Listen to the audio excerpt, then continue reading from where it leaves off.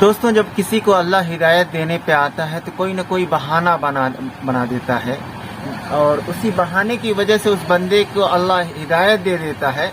کہتے ہیں کہ ایک اللہ والے تھے، ان کے پاس ایک خط آیا، اور خط میں یہ لکھا تھا کہ حضرت ہمارا گاؤں ہے، ہمارے گاؤں میں کبھی سیرت النبی پر جلسہ نہیں ہوا ہے، ہم لوگوں کا بہت دل چاہتا ہے کہ یہاں جلسہ ہو جائے، آپ صلی اللہ علیہ وسلم کی کچھ تعریف کی باتیں ہم لوگ سنیں، تمنا ہے۔ اب حضرت کو محبت بھرا خط جب پہنچا اللہ والے کے پاس، انہوں نے پڑھا، پڑھنے اڑنے کے بعد انہوں نے جواب واپسی خط لکھا، جواب لکھ کے پوسٹ کر دیا جب کہ میں فلاں تاریخ کو آ رہا ہوں۔ انہوں نے ٹکٹ نکالا، ٹرین میں بیٹھا، اس جگہ پر پہنچے جب، اور اسٹیشن پر اترنے کے بعد تانگا پر بیٹھ کر جب اس گاؤں میں پہنچے تو لوگ گاؤں کے باہر ان کا استقبال کرنے کے لیے پہنچے، سلام کلام ہوا۔ اس کے بعد انہوں نے کہا کہ حضرت آپ جو کرایہ ورایہ لگا کر آئے ہیں آپ یہ لے لیجئے اور آپ چلے جائیے، چونکہ ہمارے گاؤں میں 90% قادیانی لوگ رہتے ہیں اور ہم غریب لوگ ہیں، ان لوگوں نے ہم لوگوں کو وارننگ دیا ہے کہ اگر آپ نے یہاں سیرت النبی کا جلسہ کرایا آپ لوگوں نے تو ہم کسی کے گھر کو محفوظ نہیں رکھیں گے۔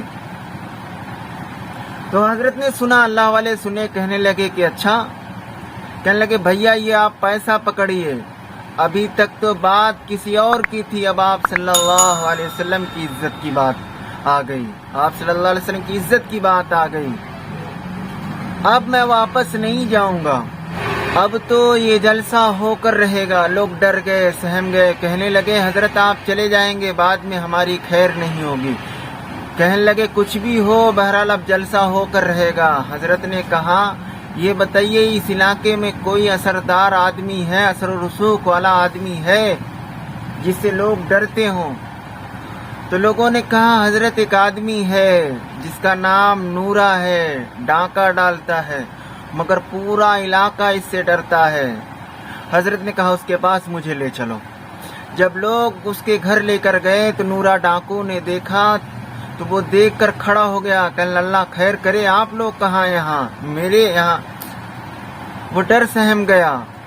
انہوں نے کہا دیکھو بھائی، نہ تیری بات ہے نہ میری بات ہے، یہاں آپ صلی اللہ علیہ وسلم کی عزت کی بات ہے، کیا تم میری مدد کر سکتے ہو؟ اس نورا ڈاکو کو جب یہ بات سنائی پڑی، اس کے کانوں میں آواز گئی، وہ بجلی کی طرح کھڑا ہوا، کہا میں مانتا ہوں میں گنہگار ہوں، مگر آپ صلی اللہ علیہ وسلم کی عزت اور عظمت کے لیے اپنی جان قربان کر سکتا ہوں۔